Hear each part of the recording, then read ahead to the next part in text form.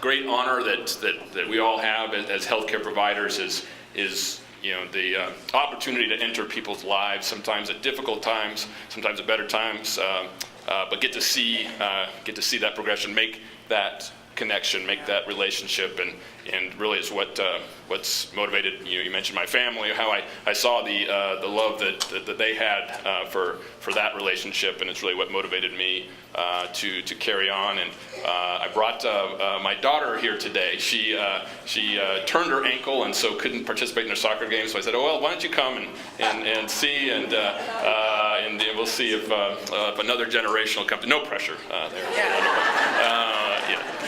But I'm also be able to judge my talk. She brought her Kindle with her, and if she's still with me towards the end of this talk and not in depth in her Kindle, I know that I kept it entertaining enough here. So I'm going to keep checking on her intermittently. So let's see if I can advance these slides. Is this a clicker here that I've got in my hand? Yep. Here, I've got it. Let's see. So the title of my talk is Pulmonary Hypertension and Lung Disease. As mentioned, sort of my area of clinical interest, of research interest, is pulmonary vascular disease. And that kind of is sort of a unique connection. There was some back and forth I was listening to about cardiologists and pulmonologists there. And I trained in both, became interested in both aspects of this, because really, having the heart and the lung talk together, sometimes the cardiologists and pulmonologists don't talk all that well together, but having your heart and lungs talk together in an efficient and an effective way is key, or very important in terms of how you feel, how you thrive, how you go about your day-to-day activities. And so the pulmonary vasculature plays a key role in that. And it's a great honor for me to be here today, for a variety of reasons. There's many of you that I recognize in the audience and get a chance to say hello to. Hopefully you can see more at the end of the talk. But also, this conference was really put together in part in honor of Dr. Tom Petty. And Tom Petty was really an icon in this field, really a legend, if you will. He was the chairman or the division head for the Pulmonary and Critical Care Division. One of the reasons I came to Colorado was for the division, at least to do my training, was because of the division that Tom Petty put together. But Tom Petty also understood, from a patient perspective, what was happening, because he had both parenchymal lung disease and pulmonary hypertension. And so this particular talk, I think, relates directly to some of the things that he had to go through as a patient, which he understood so well as a physician. And so with that, let me launch into this. Let's see if this clicker works. Here it is. So as mentioned, so I direct our Pulmonary Vascular Disease Center. More recently, I've become the director of our Center for Lungs and Breathing, and I'll mention that to you towards the end of the talk. But the Pulmonary Vascular Disease Center is a part of the Center for Lungs and Breathing. And really, it is focused, again, on the things that I mentioned, the pulmonary vasculature, this connection, this critical connection between your heart and your lungs. And it's composed of a variety, a pointer here, not... is there dead center? Dead center pointer? Maybe not. That's all right, I can go without the pointer. So critical points of pulmonary hypertension, high altitude induced pulmonary hypertension, so altitude in and of itself can contribute to pulmonary vascular disease or pulmonary hypertension. Pulmonary embolism, so blood clots are part of this. Hypoxic lung disease, which is really going to be the focus of us today. So COPD, ILD, these are the more common ones, but really anything that affects the parenchyma of the lung, that is the lung tissue, can result in pulmonary hypertension, high pressure, and we'll talk about that in a minute. And then HHT, which is, I won't go into today, but a sort of an unusual disease called hereditary hemorrhagic telangiectasia at this point. But today, really, our focus is going to be hypoxic lung disease and its potential cause of pulmonary hypertension.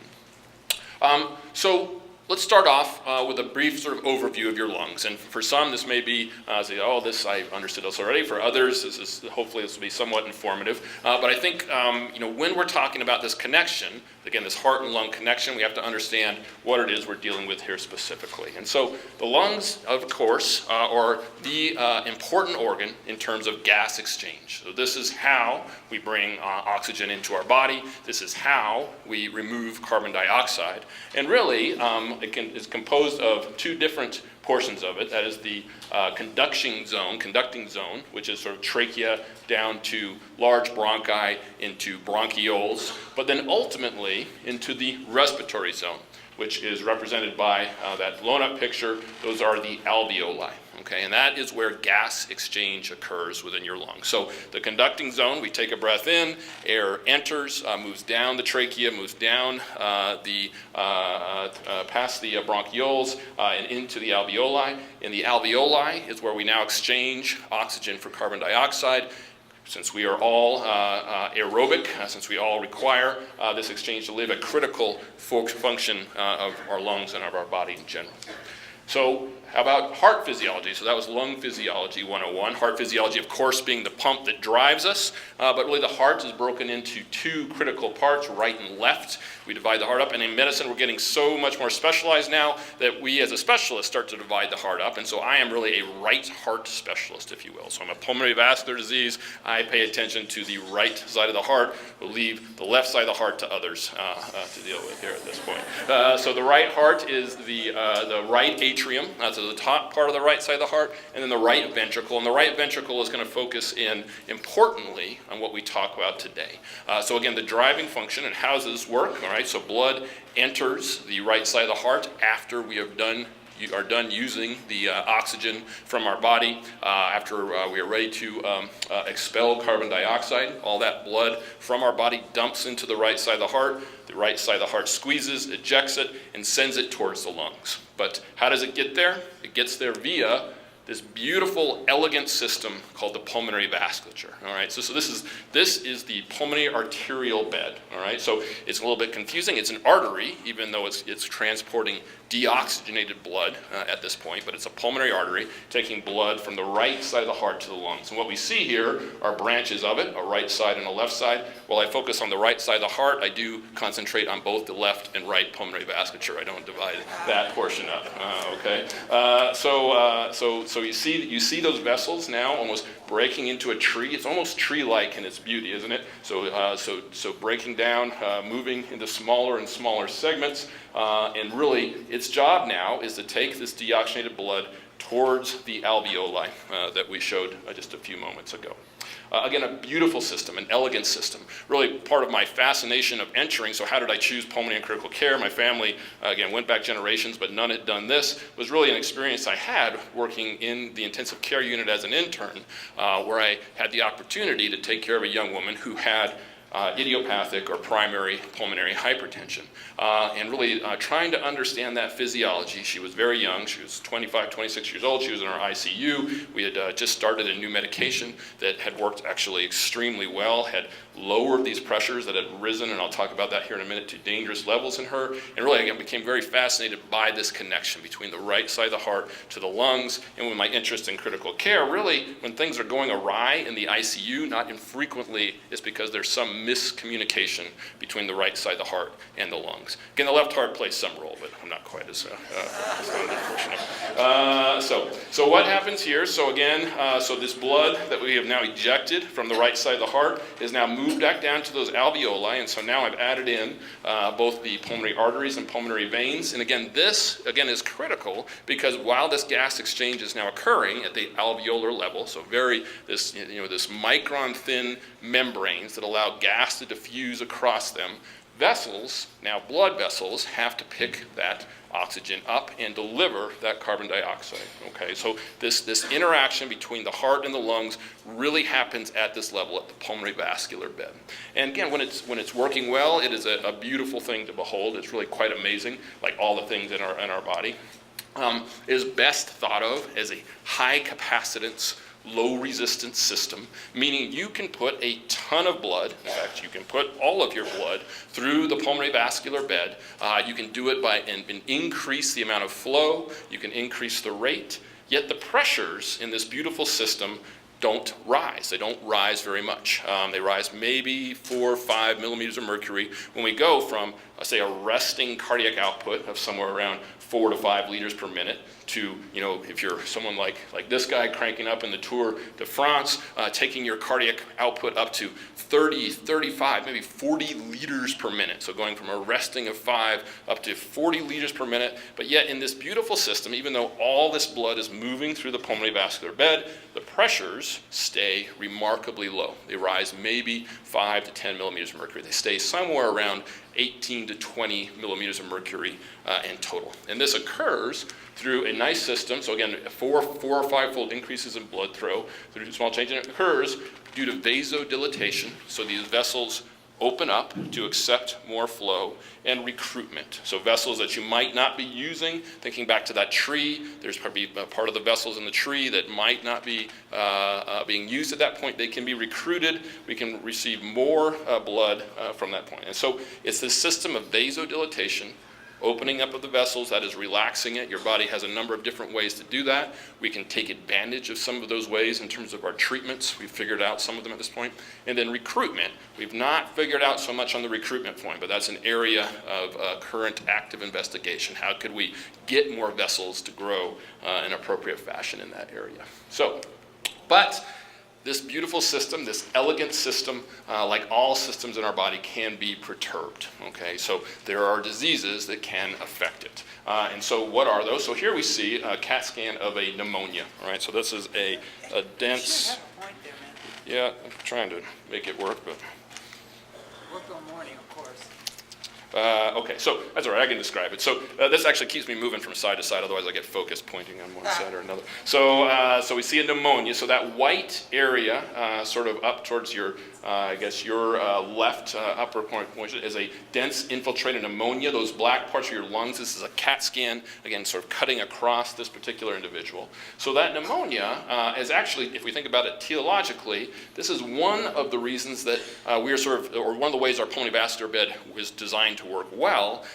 When we have an infection like that in that area, our pulmonary arteries are pretty smart, and they can figure out to shut down, all right? So they can actually constrict to keep blood from moving up into that area where that pneumonia resides, all right? If we want to think of this, teleologically, if you will, I'm not here to teach intelligent design per se, but it is actually pretty beautiful how this system works. So if blood is moving up to that portion where there's a pneumonia, our pulmonary arteries cramp down, and they do this by up-regulating a vasoconstrictor called endothelin and down-regulating a vasodilator called nitric oxide, and keeps blood from moving there. And you want that to happen because oxygen is not going to be exchanged where that pneumonia is. Carbon dioxide will not be exchanged where that pneumonia is. This is a focus to something called VQ matching, VQ match, ventilation, perfusion match. Again, a very beautiful system.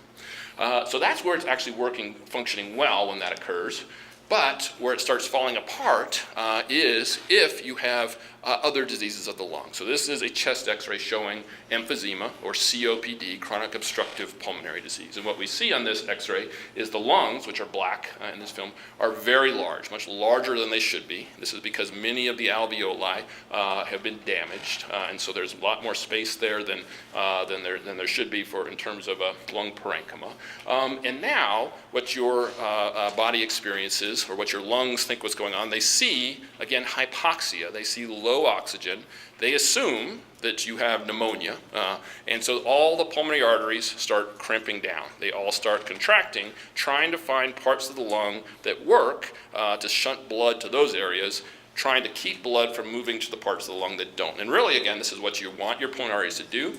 But if all of them are shutting down, or if a majority of them are shutting down, you can imagine what might happen as blood moves through there. The pressure might rise, okay? And that, in fact, is what we, see when a lot of the parenchyma, that is the lung tissue, is involved by disease processes such as COPD or emphysema.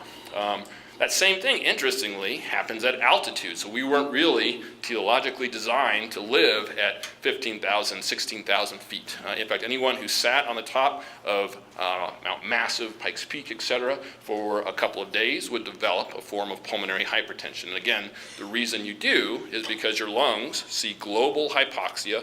Oxygen is low everywhere. The pulmonary arteries go, oh, there must be something bad going on in these parts of the lung. I'm going to constrict. I'm going to cramp down. And the pressures will rise. Okay, so that is a form of pulmonary hypertension. Actually, interestingly, we saw that at people that lived at Leadville. We did a study actually at the University of Colorado when Dr. Petty was there in the 1950s, where they cathed a bunch of high school students in Leadville, found their pressures were quite a bit higher than those that live at low altitude. Now, we're not sure if that has long-term detrimental effects. We actually, one of my fellows right now is tracking down all 50 of those Leadville students. This was like back in 1962. He's looking for all of them and trying to see how they're doing over the period of time. What we found is that most of them actually left high altitude, and we sort of wonder if that was in part because of they weren't feeling well because of pulmonary hypertension, or was it the Leadville economy was having issues at any given time. And then there's a rare form of pulmonary hypertension, the one that we talk about a fair amount. We just talked about here this morning with so this is a remodeling of the pulmonary vascular bed. This would be helpful if I could point, but can't. So here we see, if you see this branch point, so this is a vessel, that kind of clear area moving down towards the middle, and that's a proliferative, something called a plexiform lesion. This is happening right at the level of the alveoli. So that's a blood vessel. Around it are the alveoli, that center port. That funny looking kind of circle is something called the plexiform lesion, and it's blocking the pulmonary vascular bed. And this is the underlying cause of idiopathic or pulmonary arterial hypertension or primary pulmonary hypertension. This is actually an area of active research from my lab, trying to figure out exactly what that round thing is. We know what kind of cells they are. We don't really know why it happens. If we could figure out why it occurs, we'd have a much better targeted therapy to improve it. That is, make it go away, regress. We'll talk about that here in a little bit longer. But again, so what is happening? All of those changes that we were just mentioning are occurring in that beautiful tree, that pulmonary vascular tree. But where is that then manifest in terms of patients' physical signs and conditions? It's back to the right heart. And again, that's why I am a right heart specialist, okay?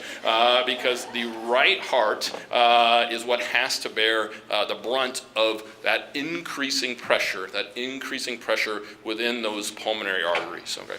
So the heart, of course, is a muscle, and like any muscle, the first thing it does when it has to work harder is it gets bigger, it gets stronger, it hypertrophies, and that's what we see moving from the normal heart to the hypertrophic heart. And we see the right heart at this point actually getting thicker. So that's pointing to the interventricular septum, the right ventricle. That septum is getting thicker, the surrounding portion is getting thicker, and it can do this effectively for quite a while. Again, the heart is an amazing organ along with the pulmonary vascular bed. It gets stronger, it gets bigger. But if it's exposed to these high pressures for too long a period of time, for pressures that are too high, it can begin to fail. And as it fails, we start to see the symptoms associated with pulmonary hypertension. That is, those related to a variety of lung diseases in other states that we'll cover here now.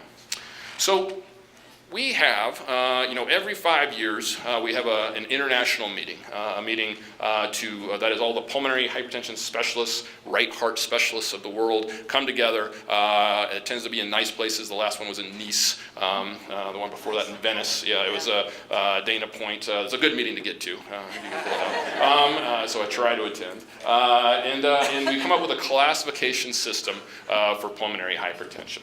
And so now we've divided pulmonary hypertension into five groups, all right?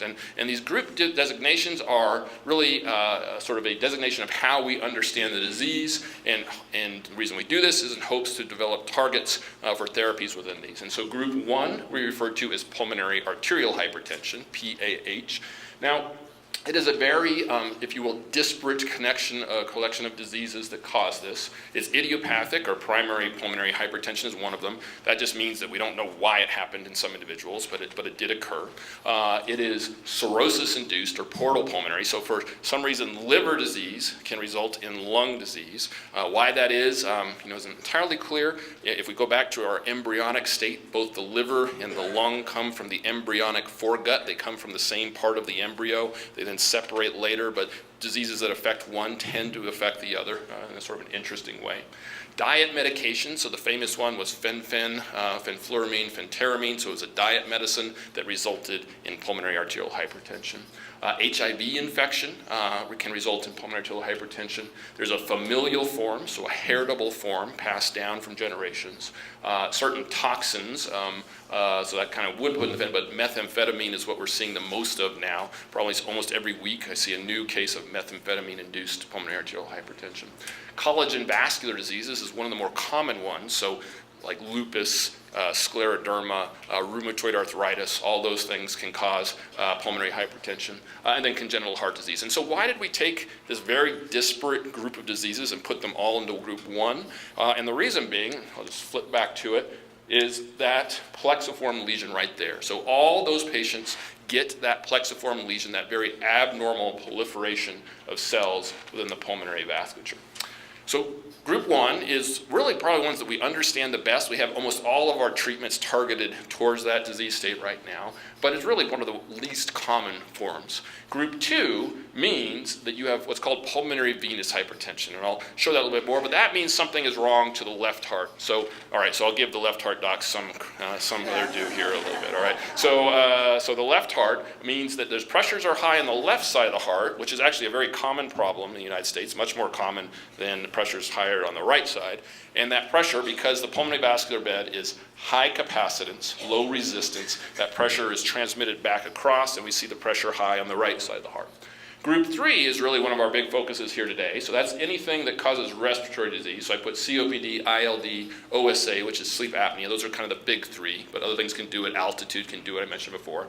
Anything that makes you hypoxic, and for the reason I went into before, if your oxygen is low, your pulmonary arteries vasoconstrict, all right? That vasoconstriction causes a pressure elevation. And this is why when you come to see us in clinic, and now when you see your other lung doctors, and hopefully your general doctors, this is why we're always checking your oxygen, why we want to make sure your oxygen is up, why I see many in the room are on oxygen here at this point, because it's critically important to keep our oxygen saturations elevated, actually within the normal range, above 90 we say if you have pulmonary hypertension, above 88 if you don't, because if your oxygen levels fall below that, this results in the pulmonary vascular vasoconstriction, all right? So this puts this strain on the right side of the heart. Group 4 is something called CTEPH, chronic thromboembolic pH. I'm not going to talk about that today, though it is a very important form of pulmonary hypertension. And group 5, there's a bunch of diagnoses that we don't understand at all that result in pulmonary hypertension. They all got lumped together. That is a group that it's things like hemolytic diseases, sickle cell disease gets put in there, a variety of myeloproliferative diseases. We don't really understand those. So this is, again, our current classification. Why do we break it down this way? Both from a research standpoint, so we know how to focus, and also from a clinical standpoint, so we know how to treat. All right. So let me just kind of dig into those a little bit more. All right. So pulmonary hypertension versus PAH versus PVH, pulmonary arterial hypertension versus pulmonary venous hypertension. All right. I just sort of mentioned before, a much more common cause of pulmonary hypertension is something is awry with the left side of the heart. Obviously a stylized view of this here, but so left ventricle pressures are high. That would be anything from a heart attack that's caused heart failure to something called HFpEF, heart failure with preserved ejection fraction, to something within the pulmonary vein itself. So pulmonary vein taking blood that's now received oxygen to the left side of the heart to be pushed out to the body. Those are sort of the causes of pulmonary venous hypertension, much more common than pulmonary arterial hypertension. Pulmonary arterial hypertension means the disease state is here. Again, this is what we refer to as pre-capillary. So before you get to that beautiful oxygen carbon dioxide exchange mechanism, the alveoli, the disease occurs here. All right, that's that funny proliferation of cells. Or parenchymal-induced or lung-induced, something wrong with the lung causing, again, that hypoxic vasoconstriction here at this point.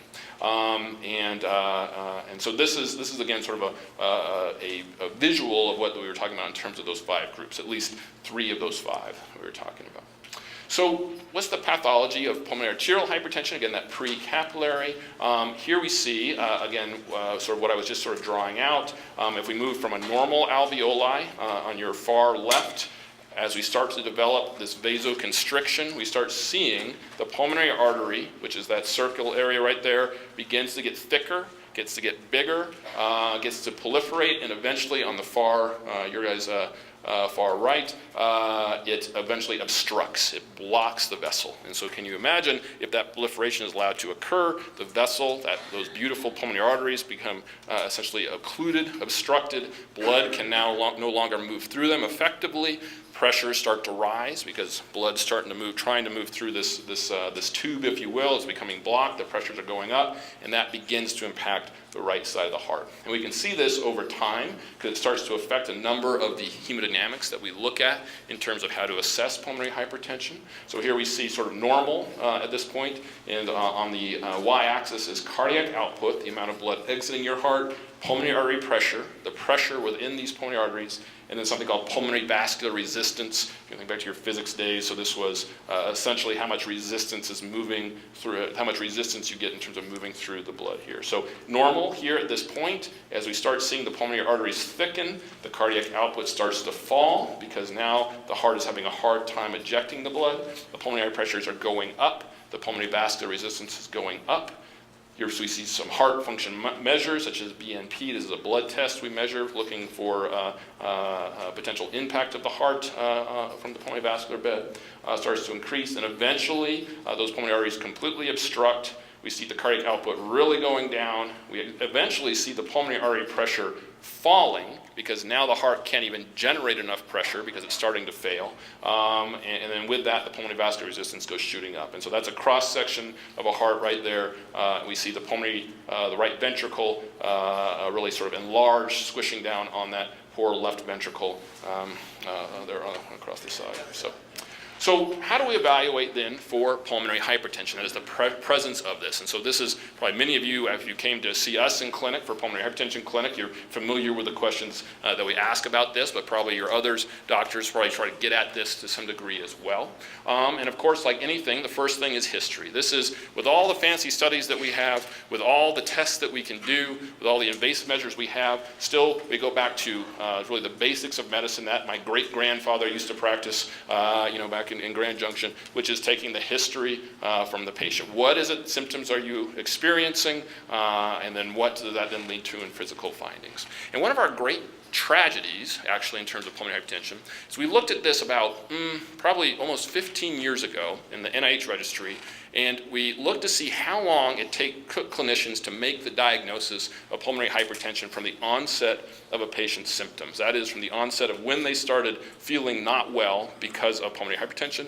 And it took about 2.5 years before someone came across the appropriate diagnosis for pulmonary hypertension. And many in your room who have had this diagnosis may have experienced this. You presented to the physician, didn't feel well, had complaints, and these complaints, the problem is, can be associated with a variety of other things. We'll get into that in a minute. But we thought we'd done a lot better. This was 15 years ago. It took 2.5 years to make this diagnosis. We figured we must be much better at this now. So we re-looked at this a couple years ago to find out how long it took us from the time of initial presentation to the time of diagnosis. And remarkably, it took about 2.5 years for us to figure out what the diagnosis was from a pulmonary hypertension standpoint. So one of the things that we do is try to go out and try to really educate other clinicians about what these signs, symptoms might be, something to keep in the back of your mind when you're seeing someone who's got shortness of breath. And this is the difficulty of it. It's not that our clinicians aren't paying attention, it's just that these symptoms can be associated with a variety of other things. And so frequently, it's a diagnosis the patient present with, I'm feeling more shorter breath. Occasionally, I'm feeling some chest discomfort. As the disease starts to worsen, we start to see more physical exam findings, we'll get to in a minute, such as lower extremity edema, swelling, such as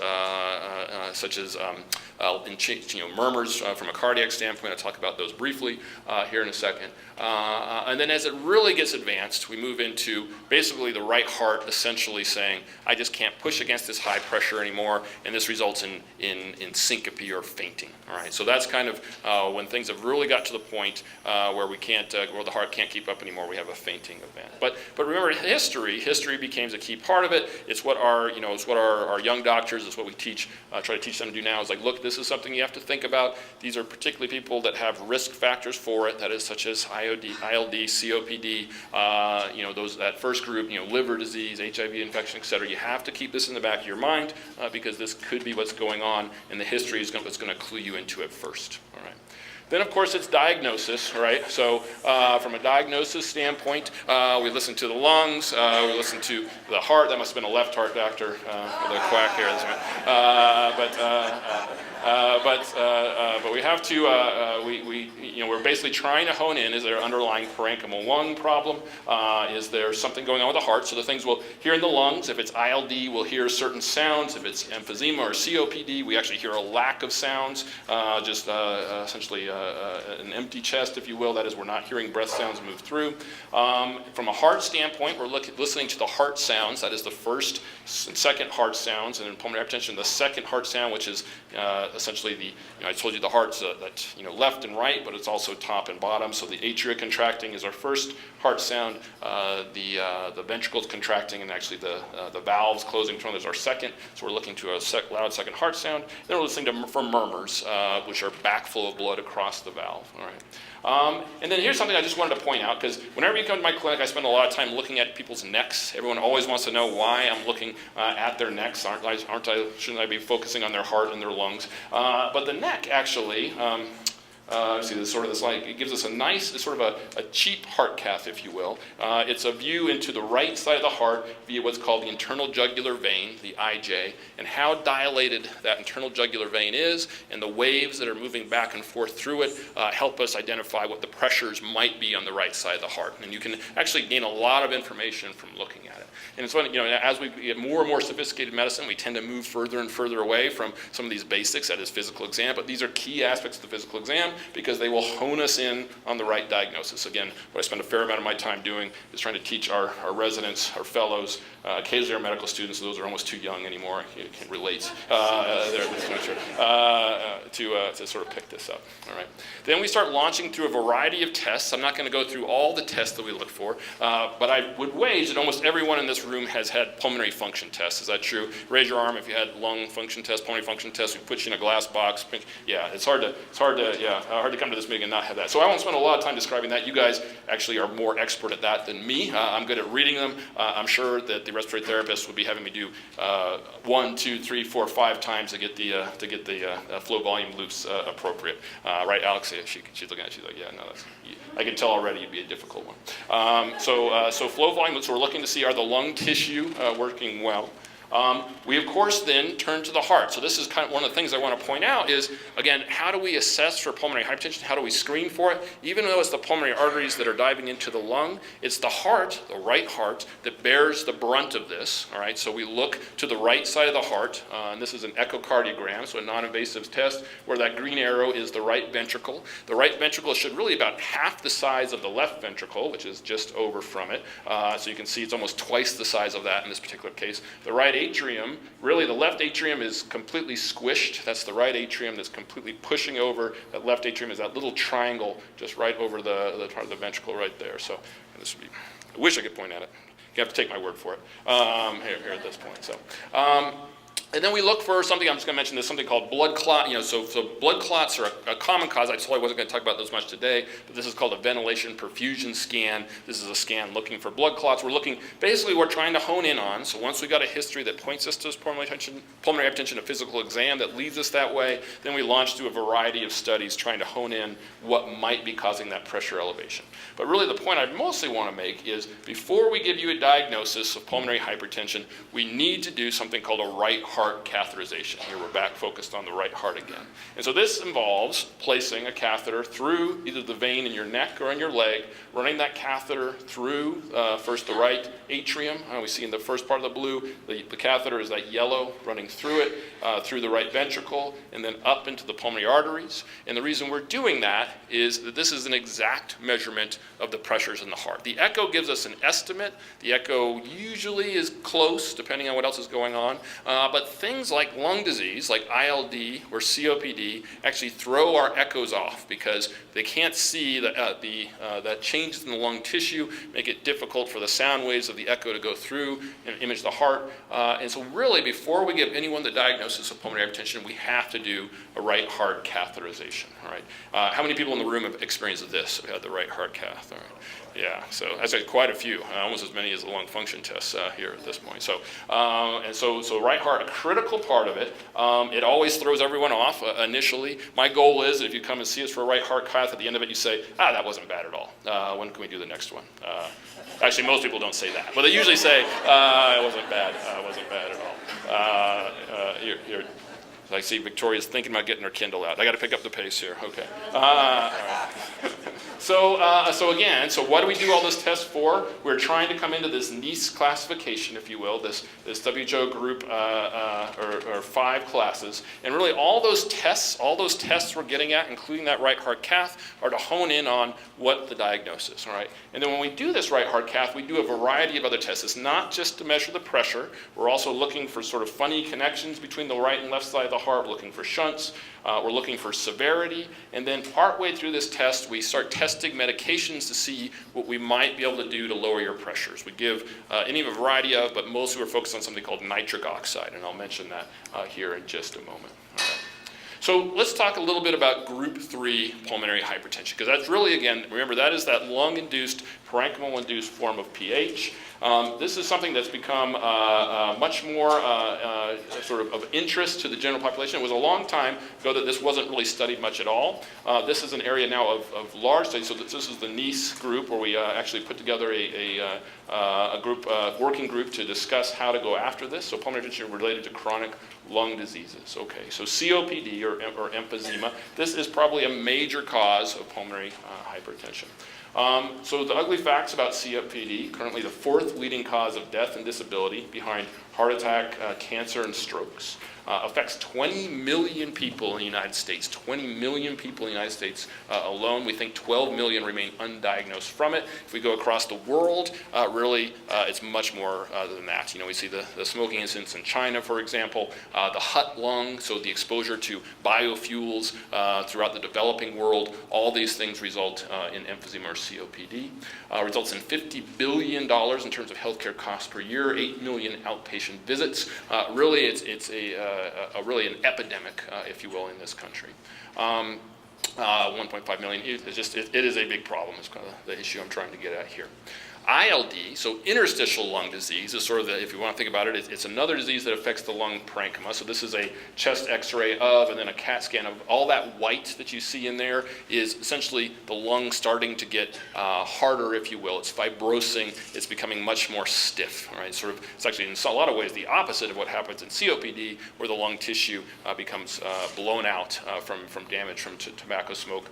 There's a loss of alveoli. In ILD, there's essentially a stiffening of the lungs. Become much more stiff in through effect. It's kind of it always confuses our residents. I won't get much into it now. It's the alphabet soup of ILD. It has a variety of different forms of it. UIP is usual interstitial pneumonitis, AIP, acute interstitial pneumonitis, DIP, squamous interstitial. Anyway, I go on, and it's not important to dig into that. But once we see it, we start trying to classify what kind of ILD it is, because there are different potential treatments for each of those. The IIPs are the idiopathic interstitial pneumonias, where we can't really find an underlying cause or diagnosis from it. There are familial forms, that is forms that can be passed down from generation to generation. And then one of the bigger ones we see are those of connective tissue disease. So again, scleroderma, rheumatoid arthritis, lupus, all these things can cause ILDs or interstitial lung diseases. Again, now these are diseases I'm talking about that affect the lung tissue. They affect the lung tissue, but they make the oxygen decrease, they destroy the pulmonary vascular bed, and they make the pressures go up. So they affect the right side of the heart in that way as well. We see the distribution of pulmonary hypertension in COPD. This is on the y-axis, the number of patients in this particular study. On the x-axis is the pressures, all right? So a pressure, really most people's pressure should be less than 20. 25 is a diagnosis of pulmonary hypertension. We see that a substantial proportion, it's estimated about the 20% of patients with COPD will develop pulmonary hypertension. Again, if we're talking about 20 million people, that results in a large number in the country with pulmonary hypertension. We see it in ILD as well. So pulmonary hypertension can affect a significant proportion of patients with ILD, and it can move into very severe levels of pressure, though most of the time the pressures in both COPD and pulmonary hypertension remain relatively low compared to other forms of PH that we were mentioning up here. But we do know that it impacts how people do. That is, if you have pulmonary hypertension associated with your underlying parenchymal lung disease, then really people feel worse, they do worse. We actually know survival is impacted by this, all right? So we think this is an incredibly important area of which we need to focus. And here we see exercise capacity in patients that have pulmonary hypertension versus those that do not here. So this is in patients with pulmonary fibrosis. Their 6-minute walk distance along the y-axis, how far you can walk in a 6-minute period of time. If you have ILD, you walk less, that is, you can walk a shorter distance. We see that in COPD in terms of the number of exacerbations, that is, things that put you into the hospital are worse if you have pulmonary hypertension versus those that do not. And again, we mentioned that survival, so the chance of dying from these underlying processes are increased if these pressures are elevated. And so this is really one of the reasons we need to focus on what we can do about lowering these pressures. How can we bring these back down? How do we get the right side of the heart to function again? How do we get the pulmonary vascular bed to work better? But that really now raises the million-dollar question, if you will. How do we treat, how do we go about treating, and how should we treat group 3 pulmonary hypertension? And that really would seem something that we should obviously do, but there's some difficult aspects of this, and we get to that. And part of this is, we have multiple targets for therapy for pulmonary hypertension. I won't dig into the deals of these, but this is the 3 pathways: the endothelin pathway, a vasoconstrictor, the nitric oxide pathway, a vasodilator, and the prostacyclin pathway, a vasodilator. These are 3 areas that we can target, that we understand in terms of the pulmonary vascular bed, that we have drugs specifically to work on to try to open up the pulmonary arteries, to try to relax them, to try to let blood through more effectively. And really, it's been a remarkable success in terms of research. So we started back in the 1950s, we had no treatment for pulmonary hypertension. In the 1970s, we essentially had oxygen, diuretics, and digoxin. In the 1980s, we came up with this therapy called epoprostenol, or Flolan, which is a difficult-to-use drug, but a life-saving drug. And now we look at 2016, we really at this point have now 14 different therapies that we can use for the treatment of pulmonary arterial hypertension. It's remarkably changed outcomes in that WHO group 1. It's markedly improved survival. Many patients, you don't have to move forward to transplant anymore, which really was sort of our ultimate treatment. It's made, practicing in that area, just a great area, because all of a sudden we went from having nothing to offer to 14 different drugs that we can now use in all sorts of a variety of ways. So it's really been a remarkable achievement. But now we have to figure out, can we use these in these other forms of pulmonary hypertension? And the problem is, when you have a hammer, everything starts looking like a nail. And you have to guard against that to some degree, all right? Because while it would make sense that we can lower these pressures in patients with pulmonary hypertension, those with, for example, COPD and ILD, we can make everything better like we did in many forms of pulmonary arterial hypertension, we run into a potential problem. And this is why I spent a lot of time sort of building up that whole point, that whole idea that the pulmonary vascular bed is pretty smart. It is trying to find parts of your lung that are working and shunt blood to those areas. And here we see another CAT scan. This CAT scan is, again, very abnormal. We see those kind of black areas are areas of emphysema, areas where the pulmonary, where the lung tissue has really been destroyed, if you will. And your lungs are very interested in not letting blood go up there. That is, your pulmonary arteries are shutting down, trying to push blood to the parts of the lungs that are working.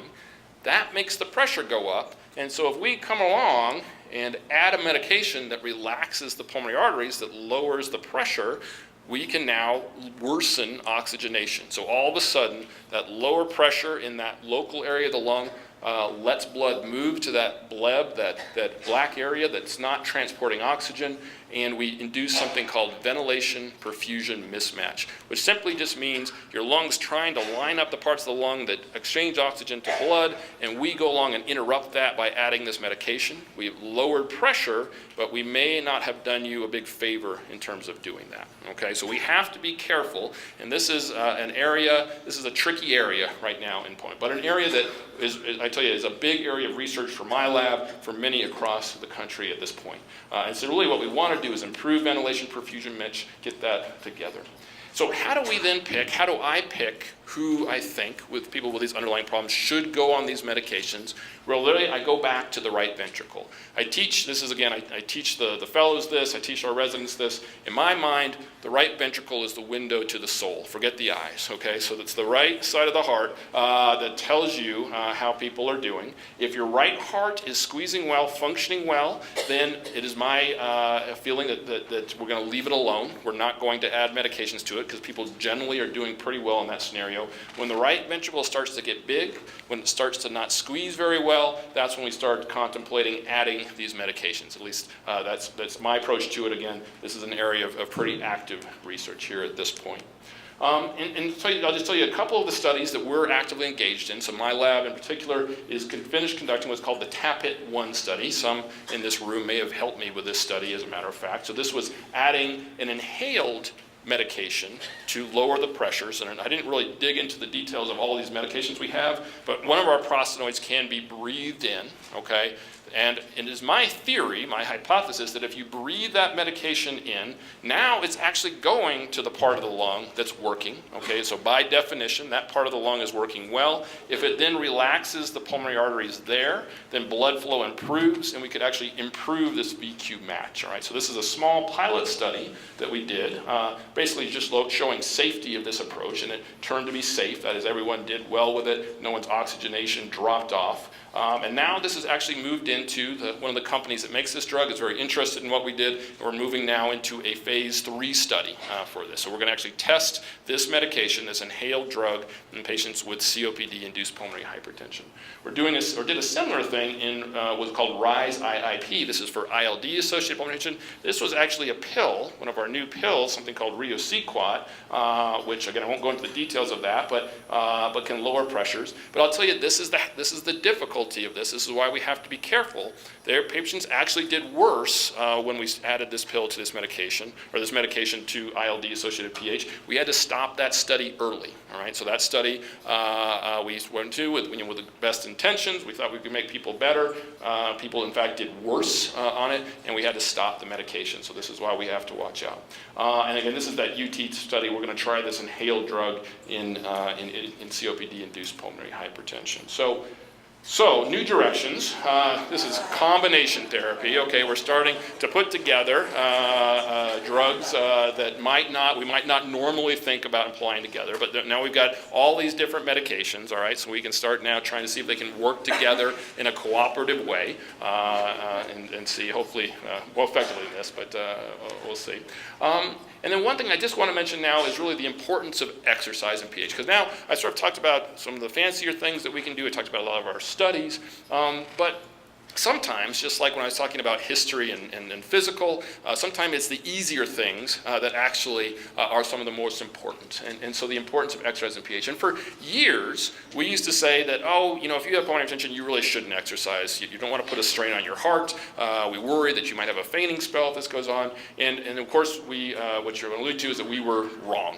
We were wrong from that standpoint. I saw the yoga before I got here. I am a huge fan of that approach to these lung diseases, and in particular to pulmonary hypertension as well. And so things even as simple as walking have really been shown to be beneficial. And now we have literature telling us that's the case. Now people will sort of try to get out of this in other ways. In this case, instead of jogging, can you just turn my pacemaker up? That is, actually, I've always curious that might work. I don't know. We could try that. But again, we'll leave that to the left. This is a left heart doctor thing there at this point.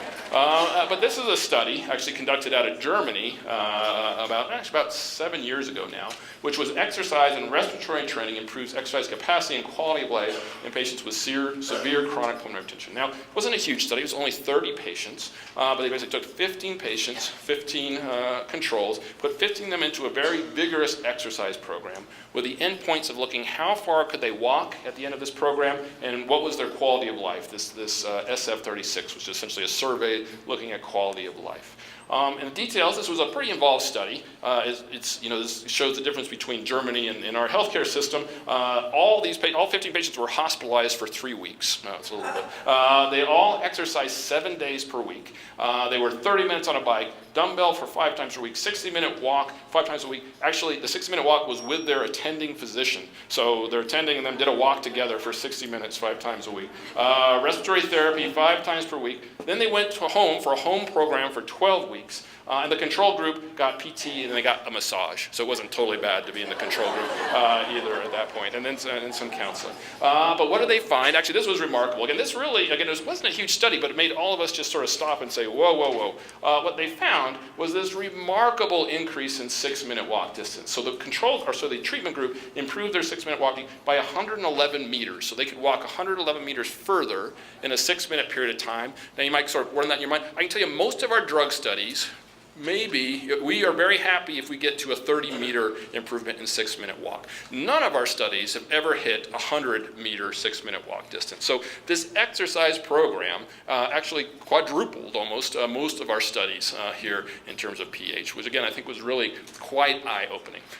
Their quality of life scores improved as well, and again really sort of opened our eyes. And at this time there's a bunch of other exercise studies going on at this point. But when I saw this, became a huge believer, and I don't think we have to hospitalize you for 3 weeks. I don't think we get that past most insurers here at this juncture. But we are now very aggressive referring on to pulmonary rehab, to cardiopulmonary rehab, because I think they do a fantastic job getting things started. And if that's not an option, then honestly just getting in a walking program, I have to say I can anecdotally have seen the benefit of that in my patients pretty regularly. And so here we see this again, cardiopulmonary rehab. So with that, so just in summary, so pulmonary hypertension is quite common in patients with parenchymal lung disease. In fact, much more common than other forms of PH that we see. Should we treat it? Again, I hang my hat on the right ventricle, so that's what I look to. How is the right ventricle doing? But really, this is an area of active study. We're going to open this inhaled therapy study here in the not-too-distant future. And again, hopefully, we're going to start getting some information about other pharmacologic ways to do it. Certainly, there are new areas of research at this point coming down the pipe. But again, exercise, of all the fancy things we can do, still some of the basic things your mom used to tell you to go do really end up being sort of true here at the end.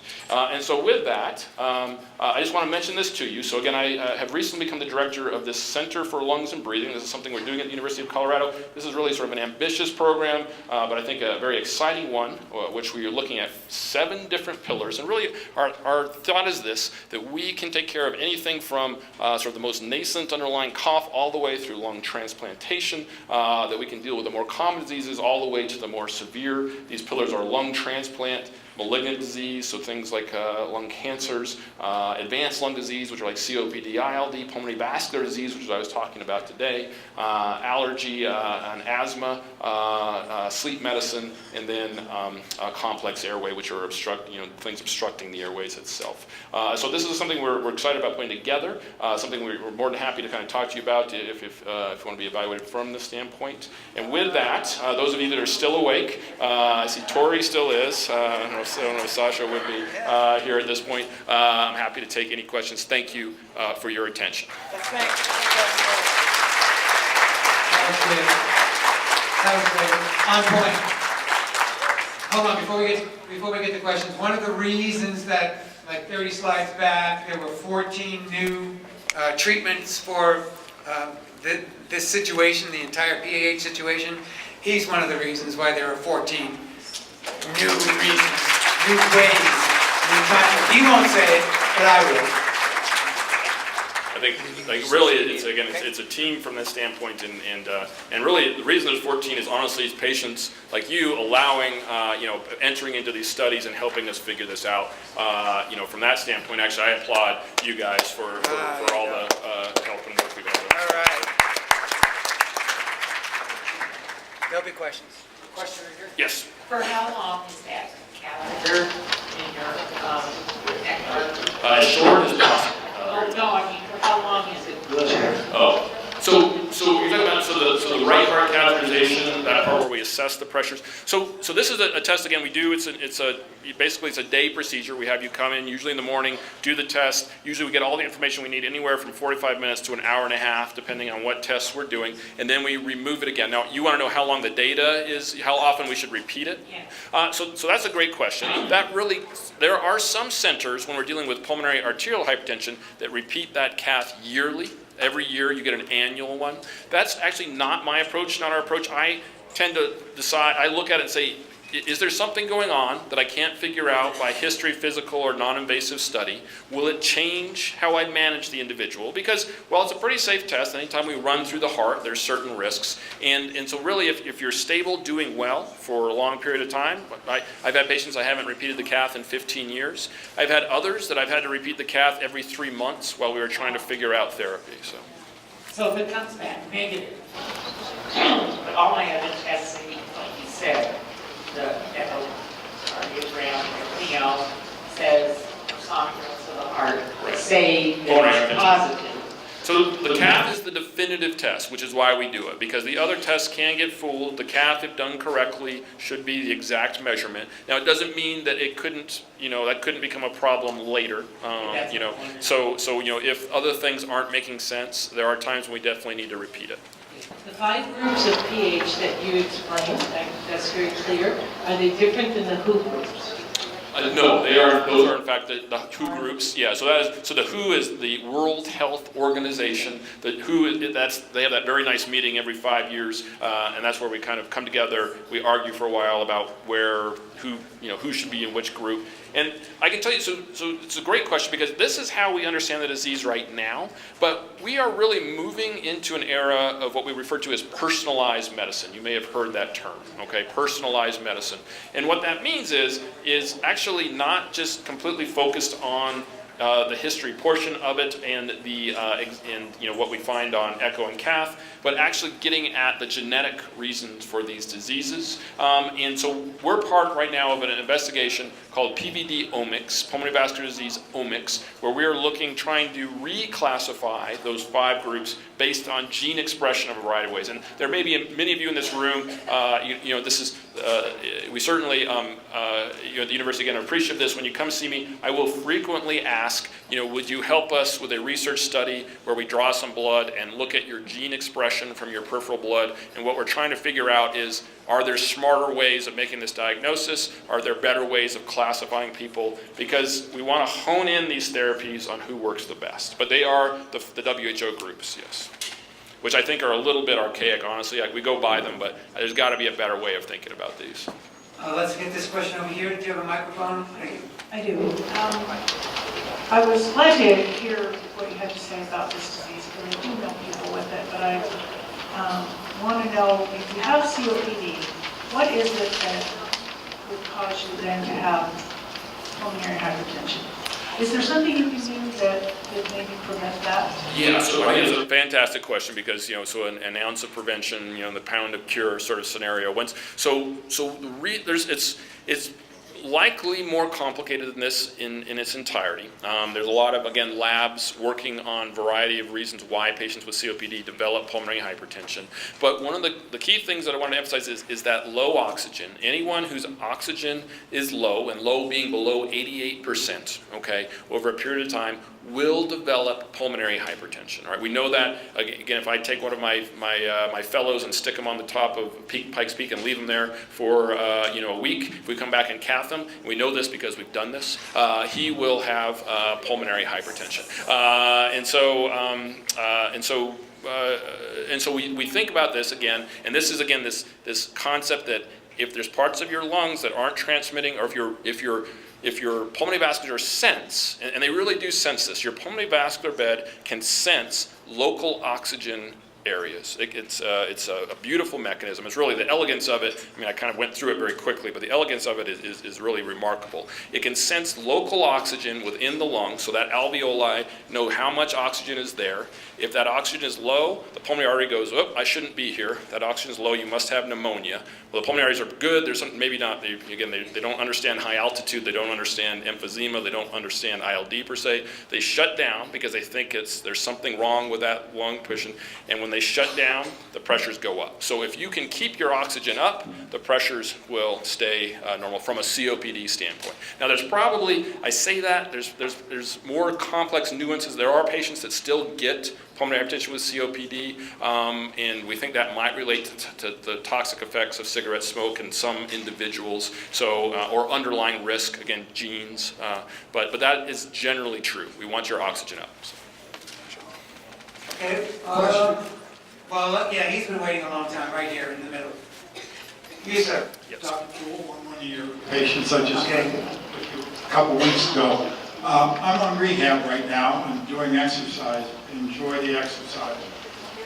My question is, how far do I go? Do I have to be under medical care like the study in Germany and really watch myself closely and keep that 90 above when I'm exercising? Or can I kind of be a little bit more liberal and push myself a little bit on it? Well, so great question, and yeah, good to see you again. So the oxygen, we do think keeping the oxygen up is key. All right, so it's an important aspect of it. We do want you to exert, sort of to the point where you feel comfortable. Now, when I talk about the good part, why they did that 3-week study, that was a very controversial thing, because again, for a long time we said, oh, you shouldn't exercise, you put yourself at risk for exercising. So they really wanted to kind of keep a close monitor on people, and what they found again was these dramatic increases. And so I think exercising, what we don't want you to do is seeing stars, pushing yourself to the point where, there's you. Now, this is what I tell everyone, and we may talk about, is you got to be your own judge at this point. So how am I doing? How do I feel?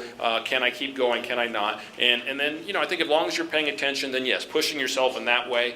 We do want to keep your oxygen up, so turning your oxygen up as you go, I think, is going to keep part of it. That will actually allow you to continue exercising. And part of the benefits is now you're building your muscle. Just like exercise is good for anyone, you're increasing your mitochondria, which are your energy packs within your muscle. You become more efficient at using oxygen when you do that, so you can now do more with the oxygen that you have, which is, I'm sure, why, again, they kind of blew all of our drug studies out of the water with that, is that all of a sudden, just for all the other benefits of exercise, that people are improving from that standpoint. Almost all the doctors recommend 90 to 92%, which is very good for sleeping and existing, in my opinion. And I did 10 half marathons, so I need 16 liters to do that or more if I go up or down. But I must have over 94%, the higher the better. Yes, I turn it down, even I'm sitting here on 2¼ liters. But what do you think of this 90 to 92%? Right. Right. So where do these numbers come from? And this actually gets at the difficulty of studies.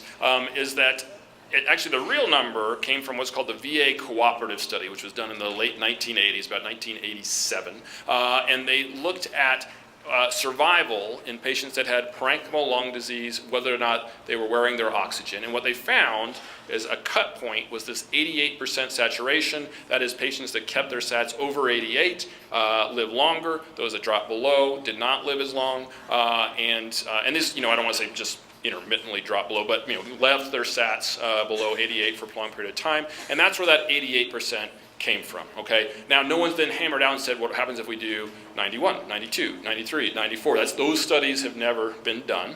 We actually, this 90 to 90% is what we tell people in our clinic. We just kind of made that up, honestly. And the reason we made that up is that if you have pulmonary hypertension, we don't even want you at 88 anymore, because we know that 90 at least gives us a little bit more buffer zone. Because now all of a sudden the risks have gone higher, okay, that something is going to go amiss with your heart because of this pressure. So we don't even have a big study that tells us that 90 is the number. Now, it may very well be that 94, 95 is better, but I can't recommend that, and it gets incrementally more difficult to kind of keep sats at that level. Here at this point. You could say that better oxygenation, higher is better than lower. Well, lower being, yeah, certainly below 88, I agree. Now, this is what I always become a little bit amused about when you watch the Broncos this weekend when we play here in Mile High. You're going to see all of the or I don't know who we're playing this week. So you're going to see all of them throwing oxygen on when they go over to the sideline. And that is a little bit all in their head here at this point, because all those people can maintain their sats at probably 94, 95, 96% all on their own. And taking their sats to 100% probably isn't helping them all that much in terms of their, in terms of their ability to exert and exercise. But they kind of like to do it, and the oxygen companies are fine with it here at this point. One surefire way would be for all the doctors to walk up Mount Evans without oxygen and then be given a dose and see which one is most comfortable to climb the mountain, which I have done.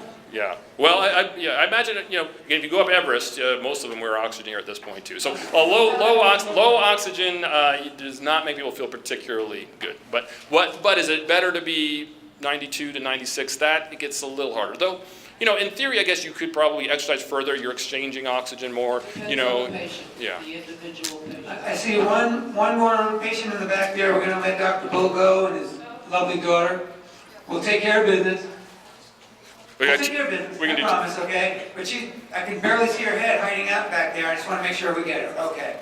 If you're born in Denver and stay here at altitude at a mile high, does that affect or give you a predisposition for any of this? That's a fantastic question, and so I'm not advocating for anyone to leave Denver. Here I live, unless you're from Texas. No, I'm just kidding. I spent some time training in Texas. I'm just I'm kidding. So there are, that's a very, there's all sorts of ways to kind of look at that question. One of the things we're asking in this Leadville cohort, there are populations, that is the Tibetans, who have lived for generations upon generations, thousands of years at altitude, and really don't seem to show any ill effect from it. In fact, their cows, their yaks, can live at altitude and have no problems whatsoever. And so probably there's been some sort of genetic predisposition that's occurred. We're not sure what those genes are yet. I'm getting back now to personalized medicine that have allowed these Tibetans to live there. But when the Chinese, the Han Chinese, kind of moved into these aspects of Tibet, they had not lived at altitude for generation upon generation. They started having all sorts of problems. Their babies actually were much smaller when they were born, so they had much smaller birth weights. There was an increase in a number of diseases that that they were having trouble putting their hands on. One of those called chronic mountain sickness that we do see sometimes here in Colorado, and so there most certainly is, at some level of altitude, some degree of problem that begins to occur. This is actually why we're kind of chasing these Leadville, no longer kids. They were kids, but now they're in their 60s and 70s. They got cathed, trying to find out what happened to them exactly, because Leadville actually is the youngest population across the globe living at that relatively high altitude. That is, the Tibetans have been living high. And interesting, Colorado, and Tom Petty was a forerunner in this research, because the cattlemen, when they moved here, they kind of settled in South Park, and they found all their cows, not all of them, but about 10% were dropping over dead from pulmonary hypertension, something called brisket disease. They got this huge increase in size in their brisket, which is really their right heart pushing out. And so we've actually, at the university, we've got a number of cow labs that we're trying to figure out what's going on with these cows to try to hone it in on, from a patient standpoint, what's happening. So I think it's a great question. I don't think Denver per se is a problem, but what we do know is at Denver, you need more oxygen than you would at sea level. And so a lot of patients, find when they go from Denver and need oxygen to San Diego, they're like, oh shoot, and now it's because their oxygen's up, because the amount of breath oxygen, because of the altitude change, every time you take a breath, you get that much more oxygen with it. I guess going to your point about oxygen and an improvement in symptoms. So I do have patients who sort of say, I've had it with this place, I'm out, I'm going to San Diego. Though I'd say most stay, and because of family and things like that, it's hard to leave. Plus it's so great here for a variety of other reasons. So that was a very long-winded answer to a great question. The Tibetan monks to be as part of your answer there. Would you have one more question? Okay. You waited a long time. Thank you. This is kind of a strange question, but Can't be stranger than the yaks. I do not have a right lung, and so My heart now is in the back here. And because it's further away from my left lung, does it have to pump harder to get over there? That is a great question. I don't know that I've ever contemplated That's that. a first. So backing up a little bit, so having a pneumonectomy, having a lung removed, actually, and interestingly and amazingly, in and of itself, does not cause pulmonary hypertension. Meaning, you can, because of the beauty of your pulmonary vascular bed, we can actually remove half of your pulmonary vascular, and really no ill effects from a pulmonary hypertension standpoint occur. Which really actually shows you that you have to, with these lung diseases like ILD, COPD, and idiopathic, you have to drop out the vast majority of your lung vessels before we start seeing problems. Which is why most patients with COPD don't have pulmonary hypertension. 20% do, 80% don't. Okay, you have to have pretty significant disease for that to occur. Now, so more specific to your case, you will have to pump further. So Laplace's rule holds in this is so it gets at the diameter of this, and then will now impact resistance. So if we've changed diameter across from having to, for example, go longer, that is stretch further, and then you might have a slight increase in resistance. Laplace, I think from your physics days, is what makes airplanes fly. It's like, so that's that passing of wind over the wing. So if it has to pass further over the top part than the bottom, you get lift. And if that happens in general, you get this resistance phenomenon. So it's one of the things that we sort of teach in terms of why we change resistance. But I think that would be pretty minimal in your case. So my suspicion would be that it wouldn't be a big deal. We might see a slight increase in resistance if we modeled that out. But I'm going to have to go home and think about that some more, and maybe I'll give you a call. That was worth waiting for. That question was worth, because I've never heard that one either. And it did top the yak question, actually. Yeah. Okay, so really, thank you, Dr. Paul. Appreciate it. Thank you. Thank you for hanging out with your dad. We appreciate you too.